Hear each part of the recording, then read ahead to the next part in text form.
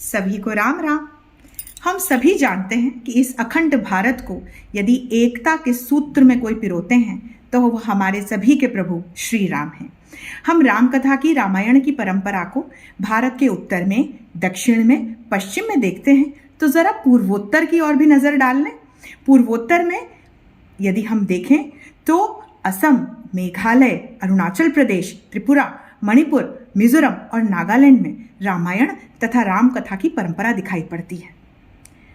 भारत में यदि वाल्मीकि रामायण के पश्चात किसी स्थानीय भाषा में रामायण की रचना की गई तो वो असमिया थी।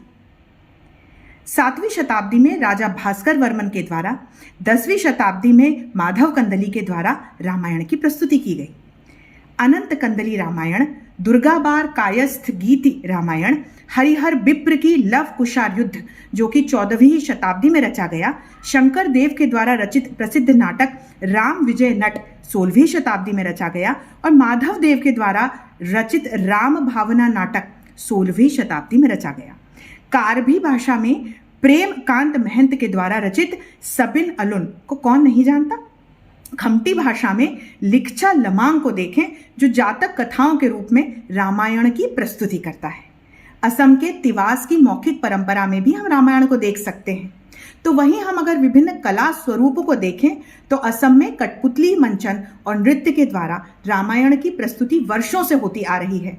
धुलिया भावना, खुलिया भावना, कुसान गान, भारी गान, रामायण ओ ओजापाली तथा दुर्गा बरिया ओजापाली, अंकिया भावना तथा पुतला नाच, ये वे कला स्वरूप हैं जिनके माध्यम से रामायण की प्रस्तुति की जाती है।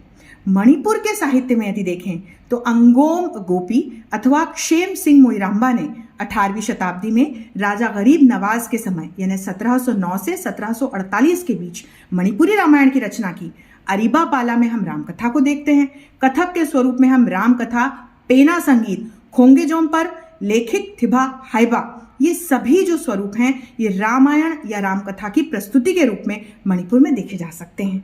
अरुणाचल प्रदेश की ओर यदि चलें तो खमटी रामायण, लिक लमांग को कौन नहीं जानता। वहीं मेघालय में 1900 में जिबोन रॉय के द्वारा खासी में रामायण की रचना की गई। एलएच पोले ने खासी भाषा में रामायण को रचा। तो वहीं गारो भाषा में इतिहासनी कट्टरंग के रूप में हम रामायण को देख सकते हैं।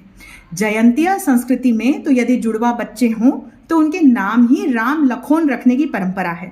तो वहीं मिजोरम में लोक कथाओं तथा परंपराओं में रामायण खेना तथा राम ते उनाउ थाउ के रूप में हम रामायण को देख सकते हैं।